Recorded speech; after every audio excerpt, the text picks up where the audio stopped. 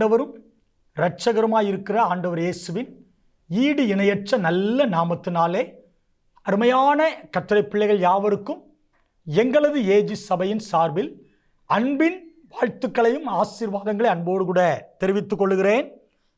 அருமையான கர்த்தருடைய பிள்ளைகள், இது எங்களுடைய சபையின் மூலமாய் வருகிற உங்கள் சமாதானத்தின் நேரம் நிகழ்ச்சி. கர்த்தருடைய பிள்ளைகளே, இந்த அருமையான தேவனுடைய வார்த்தைக்கு உங்களை அன்போடு கூட வாழ்த்தி வரவேற்கிறேன். ஒவ்வொரு வாரமும் இந்த மாலை நேரத்தில் ஒருவேளை யூடியூப் வழியாகவும் கர்த்தருடைய வார்த்தையை கேட்கிற பிள்ளைகளுக்கு வாழ்த்துக்கள். தொடர்ந்து தேவனுடைய வார்த்தையை கேட்டு ஆசீர்வதிக்கப்படுங்கள். ஜெபிக்கும்படியாகவும் ஆமென் ஸ்தோத்திரம். ஒருவேளை உங்களுக்காக ஏதாவது காரியங்களுக்காக ஜெபிக்க வேண்டும் என்று சொன்னாலும் ஆலோசனைக்காகவும் என்னை தொடர்பு கொள்ள அன்போடு கூட உற்சாகப்படுத்துகிறேன். ஒருவேளை நீங்கள் எந்த ஒரு ஆவிக்குரிய ஆலயத்திற்கும் நீங்கள் கடந்து போகவில்லை என்று சொன்னால் எங்கள் ஆலயத்தில் வந்து கர்த்தரை ஆராதிக்க உங்களை இயேசுவின் நாமத்தில் அன்போடு கூட அழைக்கிறேன். விசேஷமாய் இந்த தேவனுடைய வார்த்தை முடிந்த உடனே எங்கள் சபையினுடைய ஆராதனை ஒழுங்குகள் கொடுக்கப்பட்டிருக்கிறது. அந்த ஒழுங்குகளை பார்த்து எங்களோடு பங்கு பெறுங்கள். ஜெப தேவை இருக்கும் என்று சொன்னால் என்னோடு கூட தொடர்பு கொள்ளுங்கள். நான் நிச்சயமாய் உங்களுக்காக ஜெபிக்கிறேன். அருமையான கர்த்தருடைய பிள்ளைகளே, இந்த மாதம் ஆண்டவர் ஸ்தோத்திரம் விசேஷமா இந்த மாதத்தில் இந்த வாரத்தில் கர்த்தருக்கு மகிமை உண்டாகட்டும். 1 நாளாகமத்தின் புஸ்தகம் 19ஆம் அதிகாரத்தினுடைய 13வது வசனத்தின் பின்பகுதியை நான் வாசிக்கிறேன். கர்த்தர் தமது பார்வைக்கு நலமானதை செய்வாராக என்றான். கர்த்தர் தமது பார்வைக்கு நலமானதை செய்வாராக என்றான். கர்த்தருக்கு மகிமை. அருமையான கர்த்தருடைய பிள்ளைகளே, நாம் ஆராதிக்கிற தேவன் சர்வ வல்லவர். வேதம் அவரை குறித்து சொல்லுகிறது, அவர் நன்மை செய்கிறவராகவே சுற்றி திரிந்தார். அருமையான சில ஆட்களை குறித்து நம்ம இப்படி சொல்லுகிறோம். எப்போ பார்த்தாலும் ஊரை சுற்றிக்கிட்டே இருக்கிறானே, எப்போ பார்த்தாலும் குறை சொல்லிக்கிட்டே இருக்கிறானே, எப்போ பார்த்தாலும் வேதனை பண்ணிக்கிட்டே இருக்கிறானே. பாருங்க ஸ்தோத்திரம், எப்போ பார்த்தாலும் பிறரை குறித்தே தவறாக பேசிக்கிட்டு இருக்கிறானே, எப்போ பார்த்தாலும் எதையாவது செஞ்சுக்கிட்டே இருக்கிறானே, எப்போ பார்த்தாலும் தோணன்னு பேசிக்கிட்டே இருக்கான்னு சிலர் குறித்து நம்ம சொல்லுகிறோம். நாமும் சொல்லுகிறோம். நம்மை குறித்து எத்தனை பேர் சொன்னாங்கன்னு தெரியல. அருமையான பிள்ளைகளே, ஆனால் வேதம் ஆண்டவரை குறித்து சொல்லுகிறது, அவர் நன்மை செய்கிறவராகவே, யாருக்கு நன்மை செய்யணும் என்பதாகவே அவர் சுற்றி திரிந்தார் என்று அழகாக நம்முடைய வேதம் அழகாக சொல்லுகிறது. பிள்ளைகளே ஸ்தோத்திரம். அப்ப அவர் நன்மை செய்கிற தேவன், ஜனங்களுக்கு நிச்சயமாய் அவர் நன்மை செய்வார். இதை பார்க்கிற உங்களுக்கு என்ன நன்மை எந்த காலகட்டத்தில் வேணுமோ ரெட்டிப்பான நன்மையை தருவேன், இன்றைக்கே தருவேன். பிள்ளைகளே ஸ்தோத்திரம், ரெட்டிப்பான தேசம் நன்மையினால நிறைந்திருக்கும். ரெட்டிப்பான நன்மையை தருவேன். பிள்ளைகளே ஸ்தோத்திரம், ஆண்டவர் நன்மைகளால ஜனத்தை நிரப்புகிற நல்ல தேவன். அதான் சொல்றாரு, கர்த்தர் தமது பார்வைக்கு நன்மையானது செய்வார். ஆண்டவரே, எனக்கு தேவையான, என் குடும்பத்துக்கு தேவையான நன்மைகளை நீங்க தாங்கப்பான்னு நீ கேட்டீங்கன்னா அவர் நிச்சயமா நமக்கு தேவையான நன்மைகளை அந்தந்த காலகட்டத்தில், உதாரணத்துக்கு நான் பாருங்களேன், தாவீது ராஜாவே சுட்டி காட்டுகிறேன். தாவீது ராஜா ஆமென் ஒரு சின்ன ஒரு வாலிப பையனா இருக்கும்போது ஆடுகளை மேய்த்தவர். ஆனா அவரை குறித்த தேவ திட்டம் என்ன? நன்மை தர வேண்டும் என்பது தேவ திட்டம். குடும்பத்திலிருந்து அவரை பிரித்தெடுத்து ஸ்தோத்திரம் அவன் இஸ்ரவேல் தேசத்தை ஆளுகிற ராஜாவாக மாற்ற வேண்டும் என்பது தேவ திட்டம். ஆண்டவர் உடனே அவர்கிட்ட சொல்லவும் இல்லை, உடனே நிறைவேற்றும் இல்லை. காக்க வைக்கிறார், அதுக்கான பயிற்சியை கொடுக்கிறார், அதுக்கான இடத்துக்கான கொண்டு போகிறார். ஸ்தோத்திரம். ஏற்ற வேலை வந்தது, தாவீது ராஜாவை கர்த்தர் ராஜாவாக உயர்த்தினார்.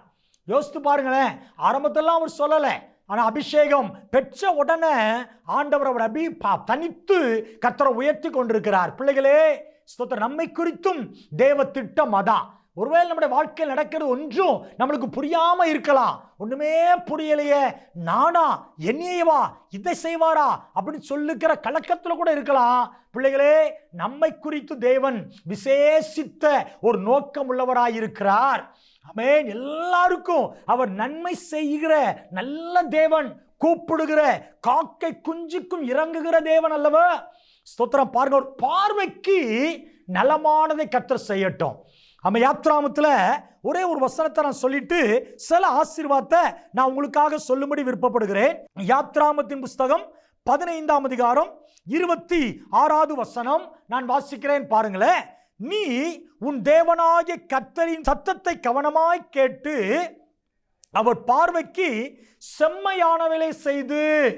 ஏன்னா கர்த்தர் தமது பார்வைக்கு நலமானதை என்னை கர்த்தர் பார்க்கிறார்.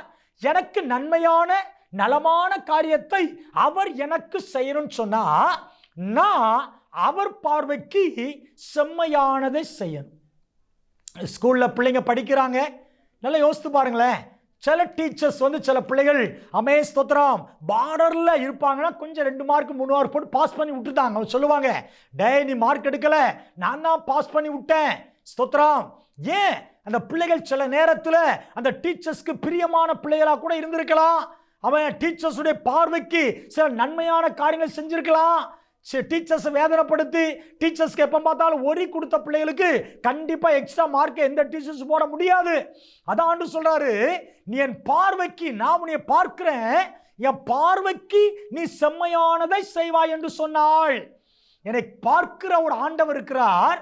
அவர் பார்வைக்கு நான் வேலை செய்கிற இடத்துல பிரியமானவனாக இருக்கணும், என் குடும்பத்தில் பிரியமானவனாக இருக்கணும், என் ஆலயத்தில் கர்த்தரை பிரியமான ஆராதனை செய்ய வேண்டும், நான் இருக்கிற என் வீட்டில் என் கணவனுக்கு மனைவிக்கு பிள்ளைகளுக்கு பிரியமானவனாக இருக்கணும், என் தெருவில் நான் கர்த்தருக்கு பிரியமானவனாக இருக்கணும், தனிமையில் எல்லாரோடு இருக்கையில் நான் கர்த்தருக்கு பிரியமானதை செய்வேன் என்று சொன்னால் அங்கே கொடுக்கிற சில ஆசீர்வாதத்தை அருமையான பிள்ளைகளே உங்களுக்கு சுட்டி காட்டுகிறேன்.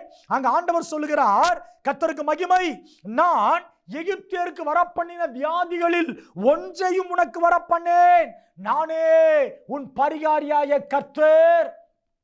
பிள்ளைகளே, நாம் ஆராதிக்கிற தேவன் நமக்கு நன்மை செய்கிறவர். நம்ம அவர் பார்வைக்கு பிரியமானவர்களா இருந்தோன்னு சொன்னா யோசித்து பாருங்களேன். அவர் என்ன செய்யறாரா, நான் உனக்கு பரிகாரியா இருக்கிறேன், வியாதி வரும்போது நான் உன் வியாதிக்கு பரிகாரியா இருந்து உன் வியாதியை மாற்றுகிற சர்வ வல்லமையுள்ள தகப்பனா இருக்கிறேன். ஏன்னா நம்முடைய வியாதிகளை நம்முடைய ஸ்தோத்திரம் கர்த்தர் நல்லவர், பாடுகளை அவர் சிலுவையில் அன்னைக்கே சுமந்து தீர்த்தார். பிள்ளைகளே, அவர் தழும்புகளால் சுகமாகிறோம். இதை பார்க்கிற அன்பு மகளே, மகனே, சகோதரா, சகோதரியே, தாயே, தகப்பனே, முதிர்ந்த வயதுள்ளவர்களே, நீங்க ஆரோக்கியமா இருப்பீர்களாக. நம்முடைய ஆரோக்கியத்திற்காக ஆண்டவர் சிலுவையில் மரித்திருக்கிறார். அவர் தழும்புள்ள கரமாய் தொடரும். இன்னமும் வியாதியோடு இருக்க வேண்டிய அவசியம் இல்லை. எப்போதும் ஆலயத்தில் சில வயது கொஞ்சம் ஆகணும்னா சில பலவீனங்கள் வரும். ஏன்னா எலும்பு தேய்மானம், தசையில் உள்ள சில காரியங்களில் தேய்மானம், பலவீனங்கள் வரலாம். கர்த்தர் ஆனாலும் என் ஆண்டவர் சுகத்தோடு பாதுகாக்கிற நல்ல தேவன் அல்லவா. ஸ்தோத்திரம் சொல்றாரு, நீ மட்டும் என் பார்வைக்கு பிரியமான பிள்ளையா இருந்தன்னா நான் உனக்கு ஸ்தோத்திரம் பரிகாரியா இருப்பேன். சிலருக்கு குடும்ப டாக்டர்ஸ் அப்படின்னு இருப்பாங்க. ஏன் குடும்ப டாக்டர் இவங்க தான் அப்படி சொல்றோம் பார்த்தீங்களா. அவன் நமக்கு குடும்ப வைத்தியராய் நம்ம தகப்பன் இருக்கிறார். சில குடும்ப டாக்டரால கூட சில வியாதியை மாற்ற முடியாது. இந்த ஸ்பெஷலிஸ்ட்டை போய் பாருங்கன்னு சொல்லிடலாம். ஆனால் நம்ம ஆண்டவர் எல்லாவற்றிலும் ஸ்பெஷலிஸ்ட். பிள்ளைகளே, ஆமென். அவரால் கூடாத காரியம் ஒன்றுமே இல்லை. அவரால் மேன்மைப்படுத்த முடியாத ஒன்றுமே இல்லை. அவர் சிறியவனை புழுதியில இருந்து உயர்த்துகிற ஒரு மகிமையுள்ள தேவன் அவர் சொல்றாரு, நீ என் பார்வைக்கு பிரியமா இருந்தா நான் பரிகாரியா இருக்கிறேன். நல்ல ஆண்டவர் அல்லவா. ஸ்தோத்திரம். பரிகாரியான கர்த்தர். அதான் சங்கீதக்காரன் சங்கீத 91 சொல்றாரு, பொல்லாப்பு உனக்கு நேரிடாது, வாதை உன் கூடாரத்தை அணுகாது. பிள்ளைகளே, வாதை கூடாரத்தை பொல்லாப்பு அணுகாமல் நம்முடைய ஆண்டவர் பாதுகாப்பார். ஒருவேளை வியாதி வந்துட்டே பாஸ்டர் கவலைப்படாதீங்க, பரிகாரியான கர்த்தரை கேளுங்க. நிச்சயமாய் என் தேவரால சுகப்படுத்த முடியாத வியாதி என்பது இல்லை. ஆண்டவருக்கு மகிமை உண்டாகட்டும். பாருங்க, உபாகமம் 12ஆம் அதிகாரம் 28வது வசனத்தையும் நான் வாசிக்கிறேன். ஆண்டவருடைய பார்வைக்கு நீங்களும் நானும் பிரியமான பிள்ளைகளாய் இருப்போம் என்று சொன்னால், இரண்டாவது தேவன் வேதம் அருளுகிற தெய்வீக ஆசீர்வாதத்தை பாருங்க. கர்த்தருக்கு மகிமை உண்டாகட்டும். நீ உன் தேவனாய கர்த்தரின் பார்வைக்கு நன்மையும் செம்மையுமானவைகளை செய்வதனால் நீயும் உனக்கு பின்வரும் உன் பிள்ளைகளும் என்றென்றைக்கும் நன்றாயிருக்கும்படிக்கு. ஏன் தெரியுமா? நான் கர்த்தருக்கு பிரியமான பிள்ளையா இருக்கணும், கர்த்தருக்கு பிரியமான காரியத்தை செய்யணும். சபைக்கு போகிற பிள்ளைகளே, இன்னைக்கு நமக்கு நல்ல வேதம் போதிக்கப்படுகிறது ஊழியக்காரங்க மூலமா. ஆரம்பத்தில் உள்ளவங்களுக்கெல்லாம் இப்படி போதனை இல்லை. எங்க பார்த்தாலும் ஊழியங்கள், எங்க பார்த்தாலும் ஜபங்கள், எங்க பார்த்தாலும் வேதத்தை பிரசங்கம் பண்றது. யூடியூப்ல பார்த்தா ஆயிரக்கணக்கான பிரசங்கங்கள். பிள்ளைகளே ஸ்தோத்திரம். ஆமா, ஆண்டவர் சொல்றாரு, நான் உன்னோடு பேசுறேன், இந்த வார்த்தையெல்லாம் கேட்டு நீ உன் இதயத்தில் ஏற்றுக்கொண்டு எனக்கு பிரியமானவைகளை செய்வாய் என்று சொன்னால், நீ மாத்திரம் இல்லை, உன் பின்வரும் உன் சந்ததி உன் பிள்ளைகளும் என்றென்றைக்கும் அவர்கள் நன்றாயிருப்பாங்க. பிள்ளைகளை யோசித்து பாருங்க. நான் மாத்திரம் இல்லை, என் பிள்ளையும் நன்றா இருக்கணும். அப்படின்னா நான் இன்றைக்கு ஆண்டவர் என்னோடு பேசுகிற வார்த்தைக்கு நான் கீழ்ப்படிந்து அவருக்கு பிரியமானதை செய்யணும். ஒரு ஆஃபீஸில் வேலை செய்கிறீங்களா? ஸ்தோத்திர. ஆஃபீஸில் பலர் பிரியமில்லாத காரியத்தை செய்வாங்க. ஆனால் நீங்கள் ஆண்டவருக்கு பிரியமான காரியத்தை செய்யுங்க. பலர் லஞ்சம் வாங்க வாய்ப்பு இருக்கும் போது வாங்கிடுவாங்க. நீங்கள் அதெல்லாம் அப்புறப்படுத்தி உண்மை உள்ளவனாயிருங்க. சிலர் உங்கள் ஆஃபீஸுக்கு லேட்டாக வரலாம், ஸ்தோத்திரம், யாரும் கண்டுக்கிட மாட்டாங்க. ஆனால் நீ அந்த நேரத்தில் கூட உண்மையாயிரு. காலையிலேருந்து சாயங்காலம் உண்மையாய் வேலை பாரு. அவங்க பார்க்கல, எஜமான் பார்க்க இல்லை, கர்த்தருடைய கண்கள் நம்ம நோக்கி கொண்டே இருக்கிறது. உண்மையுள்ள மனுஷன் பரிபூரண ஆசீர்வாதத்தை பெறுவான். அருமை பிள்ளைகளே, தேவ சமூகத்தின் ஆசீர்வாதத்தை பெறணும்னு சொன்னா ஆண்டவர் பார்வைக்கு இன்னைக்கு ரொம்ப பிரியமா இருக்கணும். இன்னைக்கு உயர்ந்த எல்லா தேவனுடைய பிள்ளைகளை பாருங்களேன். பொருளாதாரத்தில் பாருங்க, நல்ல வீடு வாசல் கட்டி இருக்கிற பாருங்க, ஊழியக்காரங்களை பாருங்க, நல்ல வசதியா வைப்பாய், நல்ல ஊழியத்தில் பிரகாசிக்கிற நல்ல தேவனுடைய மனிதர்களை பாருங்களேன். அவங்க வாழ்க்கையிலெல்லாம் ஏதோ பயங்கரமான தியாகத்தை பண்ணியிருப்பாங்க. ஆண்டவர் பார்வைக்கு உண்மையுமாய் உத்தமமாய் இருந்திருப்பாங்க. அதனால தான் கர்த்தர் ஏற்ற காலத்தில் அவர்களை மேன்மைப்படுத்தி மேன்மைப்படுத்தி மேன்மைப்படுத்தி ஊழியத்தில் மாத்திரமல்ல, விசுவாசிகள் வாழ்க்கையிலையும் ஆசீர்வாத தரத்தில் எல்லாவற்றிலும் ஆண்டவருடைய ஆசீர்வாதத்தில் நிரப்புகிறார். பிள்ளைகள், அதே தேவன் இன்றைக்கு மாறாதவராக இருக்கிறார். இதை பார்க்கிற அன்பு சமயம் குடும்பத்தாரே, ஆண்டவர் பார்வைக்கு உண்மையாயிருப்போம். ஸ்தோத்திரம். நம்ம என்னத்தை வேதத்தில் கற்றுக்கொண்டோமோ அந்த கற்றுக்கொண்ட காரியத்தை என் வாழ்க்கையில் செயல்படுத்த நம் முயற்சி பண்ணிக்கிட்டே இருப்போம். அப்பொழுது நான் மாத்திரம் இல்லை, என் பிள்ளைகளும் நன்றாயிருப்பார்கள். உங்கள் பிள்ளைங்க எந்த தேசத்தில் இருந்தாலும், எந்த மாநிலத்தில் இருந்தாலும், எந்த ஊரில் இருந்தாலும், தாயே தகப்பனே, நான் கர்த்தருக்கு பிரியமாக இருந்தா என் பிள்ளைகள் வாழ்ந்து சுகமாக இருப்பாங்க. எங்கள் பிள்ளைகளை குறித்து கவலைப்பட வேண்டாம். அவங்க போகிற இடத்துல வாழ்ந்து ஆசீர்வாதமாக நிச்சயமாக இருப்பார்கள். அமேன், ஸ்தோத்திரம். நொன்னு சொல்லுகிறேன், நீங்க ஒரு மாமியாரா இருப்பீங்கன்னா ஒரு மருமகளை நல்ல கவனமா நல்ல அன்போடு நடத்துங்க. மருமகளே, நீ ஒரு மாமியார் கடத்தில் இருப்பீங்கன்னா மாமியார் அன்போடு நடத்துங்க. கர்த்தருக்கு மகிமை. போற இடத்துல உங்க பிள்ளைகளும் அந்த மாமியார சந்தோஷமா இருப்பாங்க. கத்து இல்லைன்னா நீ எதிர்புதிருமா இருந்தீங்கன்னா அதே காரியம் தான் நடக்க போகுது. ஸ்தோத்திரம். என் பிள்ளைகளும் நானும் நன்றாயிருப்போம். நான் கர்த்தருக்கு பிரியமானதை செய்வேன். மூன்றாவது பாருங்களேன், ஆண்டவருக்கு மகிமை உண்டாகட்டும். ஸ்தோத்திரம். ஏசாயா 43:4 வசனம் சொல்லுகிறது. ஒரே ஒரு வார்த்தை நான் சொல்லி நிறைவு செய்கிறேன். ஏசாயா 43வது அதிகாரம் 4வது வசனத்தை பாருங்க, வாசிக்கிறேன். நீ என் பார்வைக்கு அருமையானபடியினால் கனம் பெற்றாய். இந்த கனம் என்கிற வார்த்தையை சொல்லுகிறேன். ஆமென். ஆண்டவர் நல்லவர். ஆண்டவர் எனக்கு நன்மைகளால நிறைக்க வேண்டும் என்று சொன்னால் என் இருதயம் கர்த்தருக்கு முன்பாக செம்மையா இருக்கணும். அவருக்கு பிரியமான காரியத்தை செய்யணும். அவருக்கு பிரியமான காரியத்தை செய்வேன்னு சொன்னா அவர் எனக்கு பரிகாரியா இருக்கிறார். என் பிள்ளைகளை அவர் ஆசீர்வதிக்கிறார். என் சந்ததி ஆசீர்வதித்து பெருக பண்ணுகிறார். மூன்றாவது வேதம் சொல்லுகிறது, நான் உன்னைய கனம் பண்ணுவேன். கனம் பெற்றாய். மனுஷன்ட்ட கனம் பெறணும்னு சொன்னா சீல்டு கொடுக்குறாங்க, பணம் கொடுக்குறாங்க, பேரை பிரபலியப்படுத்துறாங்க, பேப்பர்ல போட்டு விடுறாங்க. யோசித்து பாருங்களேன். ஆனா ஆண்டவர் ஒரு மனுஷனை கனம் பண்ணுவார். எவ்வளவு கனம் பண்ணுவார் தெரியுமா? பிள்ளைகளே, என் ஆண்டவரை கனம் பண்ணணும்னு சொன்னா அவர் பார்வைக்கு பிரியமானதை மாத்திரம் நாம் செய்வோம். அவர் கனம் ஒரு சீல்டு, ஒரு வெண்கல சீல்டு, ஒரு சில்வர் சீல்டு இல்லை. ஸ்தோத்திரம். அவர் கனம் மேன்மை.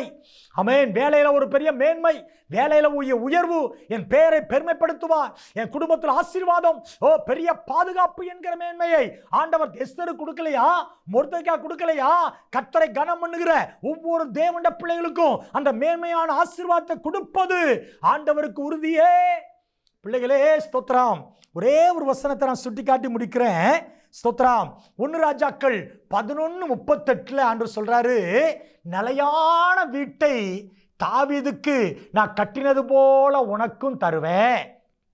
பிள்ளைகளே ஸ்தோத்திரம். 4 ஆசீர்வாதத்தை சொன்னேன். முதலாவது ஆசீர்வாதம், நான் கர்த்தருக்கு பிரியமா இருப்பேன்னா அவர் எனக்கு பரிகாரியா இருக்கிறார். கர்த்தருக்கு பிரியமா இருப்பேன்னா என் பிள்ளைகளை கர்த்தர் ஆசீர்வதிக்கிறார். கர்த்தருக்கு பிரியமா இருப்பேன்னா கனம் பெற்றவனாய் மாறுகிறேன். கர்த்தருக்கு பிரியமானவனா நான் இருப்பேன்னா நிலையான ஆசீர்வாதம், நிலையான வீடு, நிலையான பொருளாதாரம், நிலையான பிசினஸ், நிலைத்திருக்கிற ஆசீர்வாதங்களால் நம்மை நிறைக்கிற சர்வ வல்லமையுள்ள தேவன். ஒன்னே ஒன்று செய்யுங்க பிள்ளைகளே, கர்த்தருக்கு பிரியமானதை மாத்திரம் யோசிங்க, சிந்திங்க, நிறைவேற்றுங்கள். நிச்சயமாய் இந்த 4 ஆசீர்வாதத்தையும் பெற்றுக்கொள்வீங்க. கண்க மூடி ஜெபிப்போமா? அன்பு தகப்பனே, அறுவடையின் எஜமானனே, இந்த அருமையான வேலைக்காக நன்றி அப்பா. அப்பா, கர்த்தரின் பார்வைக்கு கர்த்தர் நலமானதை செய்வாராக. நீங்க எங்களை பார்க்கிறீங்க, உங்க பார்வைக்கு நாங்கள் நலமானதாய் செய்து பிரியமானவர்களாய் இருந்து இப்ப சொல்லப்பட்ட அந்த ஆசீர்வாதங்களை சுதந்திரித்துக் கொள்ள எனக்கும் எங்களுக்கும் தேவன் கிருபை தர வேண்டும்படி செபிக்கிறேன். இதை பார்க்கிறவர்கள் தேவையோடு, வியாதியோடு, கஷ்டத்துல, கண்ணீர்ல யாராவது இருப்பாங்கன்னா கஷ்டம், கண்ணீர் எல்லாம் மாறட்டும். நன்மைகளால ஒவ்வொரு பிள்ளைகளை கர்த்தர் நிரப்பிவிட வேண்டும்படி ஜெபிக்கிறேன். கிருபையின் கரத்தில் அர்ப்பணிக்கிறோம். ஆண்டவரே, எங்கள் ஆண்டவரே, உங்கள் சமாதானத்தை ஆசீர்வதித்ததுக்காக நன்றி. இயேசு கிறிஸ்துவின் நல்ல நாமத்தில் தாழ்மையோடு ஜெபிக்கிறேன் எங்கள் நல்ல பிதாவே. ஆமென், ஆமென். உங்கள் எல்லாரையும் கர்த்தர் ஆசீர்வதிப்பாராக. ஆமென். God bless you.